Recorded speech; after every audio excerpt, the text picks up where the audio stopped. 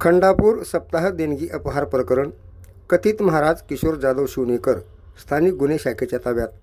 लातूर तालुक्यातील खंडापूर येथील अखंड हरिनाम सप्ताह आणि संगीत गाथा पारायण उत्सवातील कथित 3,65,00,000 रुपयाच्या देणगी अपहार प्रकरणातील मुख्य आरोपी किशोर धोंडीराम जाधव उर्फ शिवनेकर याला लातूरच्या स्थानिक गुन्हे शाखेच्या पथकाने आज अटक केली आहे.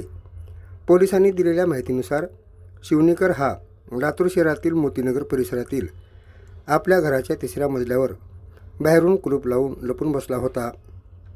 गोपनीय माहितीच्या आधारे स्थानिक गुन्हे शाखेच्या पथकाने सापळा रचून त्याला ताब्यात घेतले.